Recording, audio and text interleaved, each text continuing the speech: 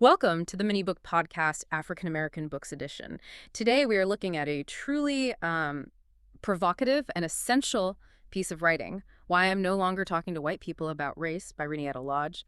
I want to thank you for listening, and please consider subscribing for future content. It's great to be here. And we should probably state right up front, after hearing this, we would really encourage you to go out and purchase this book and support the author. Absolutely. Reni Eddo-Lodge has done some really heavy lifting here, and the best way to honor that and to, really get the full nuance of her arguments is to read the full text yourself. Definitely. Now, before we get started, we do have a quick disclaimer. The voices you're hearing right now are generated by AI, but the content comes straight from the book. And I think we need to address the elephant in the room immediately. This is the African American Books Edition, but Reni Eddo-Lodge is British, and this book is laser focused on the British experience. That's true. And honestly, it's a perfect inclusion for our series. Yeah. Often when we think of Black history or civil rights, here in the U.S., the default setting is strictly the American experience. Yeah, MLK, Rosa Parks, Jim Crow. Exactly. Yeah. But this text is such a powerful tool to zoom out and learn about African American history by seeing it in a global context. It shines a light on the Black British experience, which is often overlooked. Or just assumed to be the same as the American one. Yes, which it isn't. It helps us see the threads that connect the African diaspora across the world. It broadens the horizon. Yeah. It reminds us that these systems aren't unique to one country. And throughout this discussion, we are going to break down some complex topics and words as we go, because the author deals with some heavy sociological concepts. So if we had to distill the mission here, what are we really looking at? The mission is to understand that this isn't just a book about race in the sense of, interpersonal feelings or people being mean to each other. It's an examination of structural problems versus individual actions. Eddo-Lodge challenges the comfortable idea of colorblindness and explains why silence, specifically her silence, it isn't about giving up. It's a form of self-preservation. Okay, let's unpack that. The title itself is pretty arresting. Why I'm No Longer Talking to White People About Race. I mean, it sounds like a door slamming shut. It sounds final. It does. But the origin story of this book actually starts with a blog post from 2014, right? That's exactly right. It started as a post on her personal blog. She describes writing it from a place of emotional disconnect. Emotional disconnect. Yeah, and it's important to clarify, she wasn't saying she hated white people. She was expressing a profound exhaustion. She was just tired of trying to explain her lived experiences to people who, in her view, simply refused to listen. She talks about hitting a wall of denial. That image really stuck with me reading this. The idea that when a person of color tries to articulate the obstacles they face, they can actually see the eyes of the white listener just glaze over. Yes, the shutters come down. Or they get defensive. Eddo-Lodge describes it vividly, saying it feels as if treacle is poured into their ears. Yeah. The words just hit a barrier. So she wrote this post saying basically, I'm done. I'm done. I can't do this circular conversation anymore. It's too draining. And the reaction to that blog post was wild. It went viral, but the responses were split right down the middle, depending on who was reading it. Completely. On one side, she was just flooded with messages from Black and brown people saying, "Thank you, you've articulated exactly how I feel." A huge sense of relief, I imagine. A massive sense of relief, of being seen. But the white response was very different. She compares it to a breakup letter. That's such a funny, but also dark comparison. Yeah. Like an ex standing outside the window with a boombox begging for another chance. Precisely. She had white readers apologizing or pleading, "Please don't give up on us," or, the classic, "Not all white people are like that." But they were missing the point. They completely missed the point. Her analysis is so sharp here. She points out that she wasn't asking for pity, and she wasn't asking for them to plead for her engagement. She was setting a boundary. She was reclaiming her time. Which brings us to a term we really need to define for you: self-preservation. In this context, it's not just about, staying alive physically, is it? No, not at all. It's about mental and emotional survival. In this context, self-preservation means protecting your own energy and your sanity. Okay. Eddo-Lodge argues that constantly explaining racism to people who deny its existence is just emotionally depleting. It burns you out. Stepping away isn't an act of malice. It's a strategic choice. It's about saving your energy for where it can actually make a difference. Exactly. Reclaiming your energy for people who actually want to do the work rather than wasting it on those who are committed to misunderstanding you. Which is the ultimate irony, because that blog post where she said she was done talking led to her talking about race more than ever and eventually writing this whole book. So let's move to the second part of our discussion, histories. This is where the British context really kicks in, and I think this will be eye-opening for many of our American listeners. The author talks about growing up in Britain and learning about Black history, but it was always our history. It's a massive irony, she points out. She knew all about Harriet Tubman, Rosa Parks, and Martin Luther King Jr. Of course. But she knew almost nothing about Black British history, and this creates a really dangerous false narrative. It makes it seem like racism is an American problem. And that Britain is just this innocent bystander. Exactly. I think we do that a lot. We sort of conflate Black history solely with American history. It erases the global impact of colonialism. But she goes on this journey to uncover the British side, and she starts in Liverpool. What did she find there? Liverpool is a key example. She visits the city and realizes that the physical evidence of the slave trade is embedded in the architecture itself. The streets, the buildings, they were built on wealth generated by enslaved people. And she notes this chilling fact. The Albert Dock opened only 4 decades after the last slave ship set sail. 4 decades. That is not ancient history. It's touching distance. Britain was deeply, inextricably complicit in the slave trade, but it's often erased from the curriculum or framed purely as Britain abolished slavery, ignoring that they profited from it for centuries first. And she finds these incredible figures that I have to admit I hadn't heard of, like Dr. Harold Moody. This guy sounds like a powerhouse. A truly fascinating figure. He was a Jamaican doctor who came to London in the early 20th century, fully qualified, top of his class, but he faced huge discrimination. Couldn't get a job. Couldn't find work because white patients wouldn't see a Black doctor, so he just set up his own practice. And in the 1930s, he founded the League of Colored Peoples. He was a pioneer. And then there's the Bristol bus boycott. We all know about the Montgomery bus boycott here in the U.S., but this happened in England in 1963. Yes, and the parallels are striking. The Bristol Omnibus Company openly refused to hire Black or Asian crews. It wasn't hidden, it was policy. It was actually legal to discriminate like that at the time. Unbelievable. So inspired by what was happening in the U.S., the local community organized a boycott, and they won. It was a pivotal moment that helped lead to the first race relations acts in the U.K. So the takeaway here is you can't understand the present if you erase the past. Racism in Britain isn't some new thing. It has deep, deep roots. Correct. And that leads us directly to the mechanics of how this works today. You really cannot talk about this book without distinguishing between two massive concepts, prejudice and structural racism.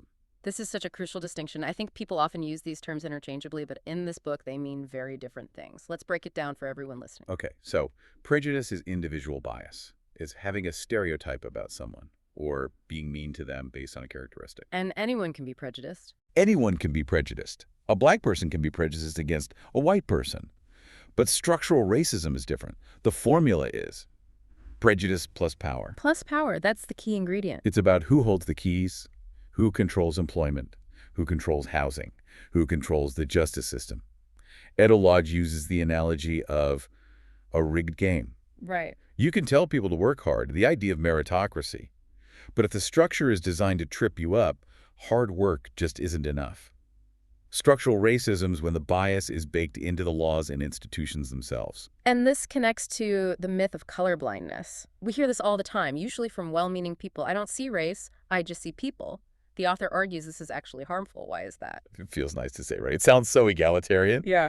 But she argues that if you claim you don't see race, you are claiming you don't see the consequences of racism. You're choosing to be blind to the problem. You are choosing to ignore the specific barriers that a person of color faces. Eddo-Lodge argues that colorblindness demands that people of color assimilate. It asks them to pretend their distinct experiences don't exist just to make white people comfortable. As she puts it, to not see race is to not see the consequences of racism. She gives a really practical example of these structural issues with something called the Rooney Rule. This comes from the NFL in America, doesn't it? Yes. The NFL realized they had very few Black head coaches, despite having a huge number of Black players. So they implemented the Rooney Rule.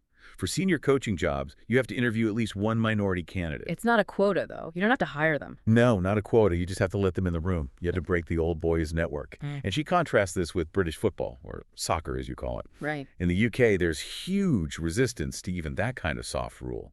They rely on merit, ignoring the fact that the networks for hiring are off these closed loops of white men hiring other white men they know. The statistics she cites are just pitiful. Which proves that not seeing race doesn't fix the imbalance when the playing field is tilted. Exactly. That segues perfectly into one of the most contentious terms in the book, and probably the one that causes the most arguments: white privilege. Yeah. This is a term that triggers immediate defensiveness. But Eddo-Lodge breaks it down very clearly to sort of de-escalate that reaction. She explains what it isn't. Okay. It doesn't mean white people have easy lives.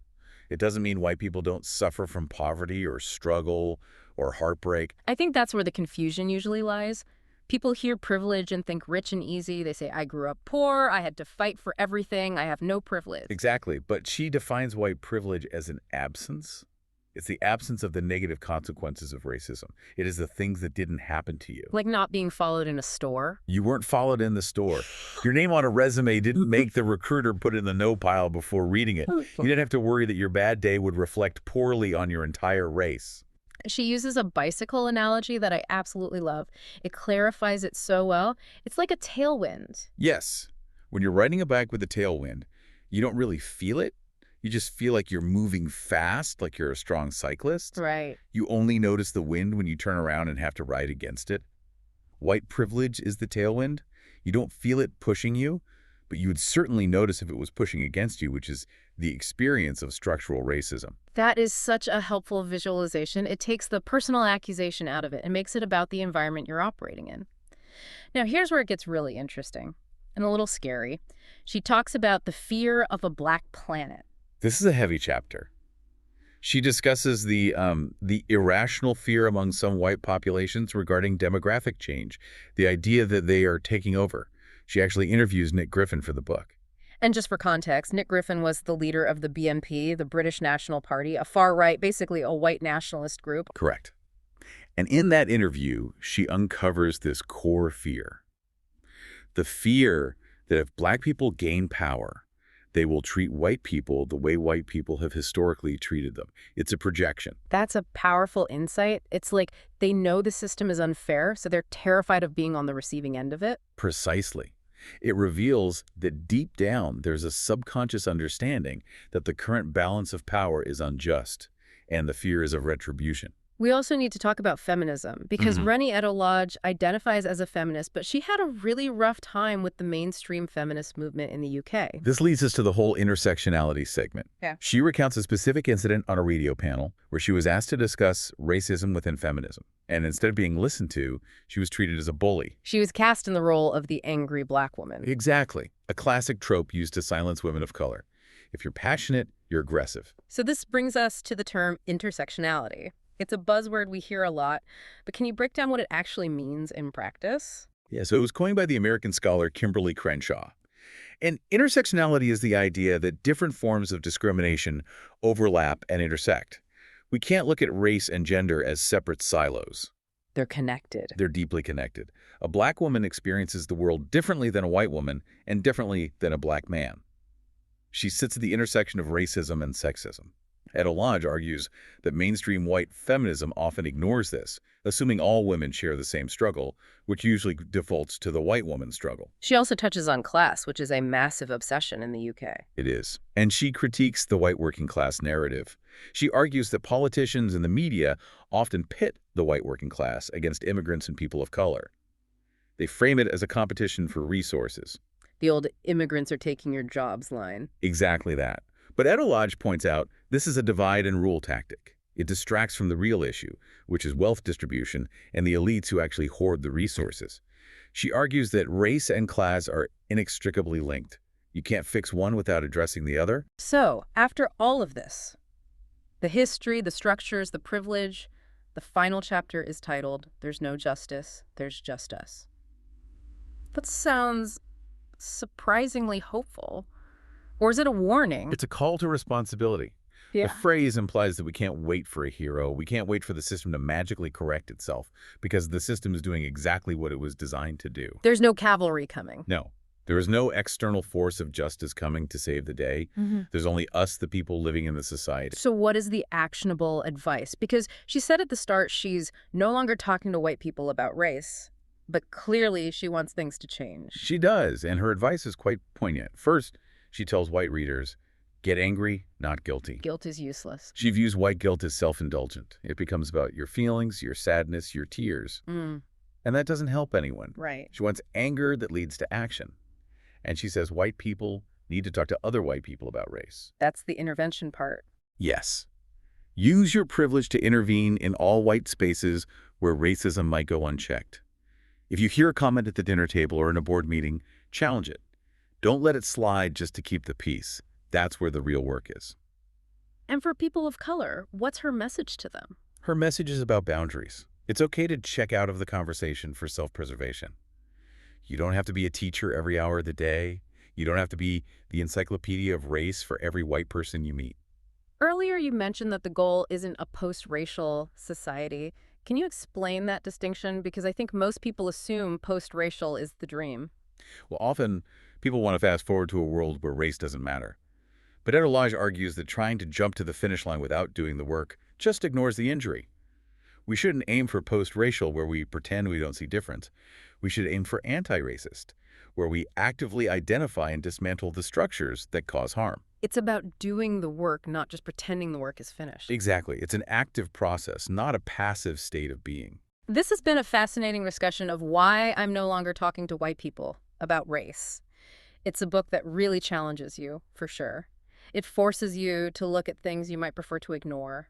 It challenges the reader to move beyond individual feelings and look at the machinery of society. It asks us to question our assumptions and, crucially, to listen when people articulate their lived experiences. We want to remind you again to please go out and buy this book. Supporting Reni Eddo-Lodge allows her to continue this important work. And if you enjoyed this, please subscribe. And tell a friend. These conversations are always better when shared. Absolutely. We also want to hear from you. Please suggest in the comments which books you would like to hear featured in future episodes. We read them, and we love getting your recommendations. Thank you for subscribing and listening. Until next time, stay curious.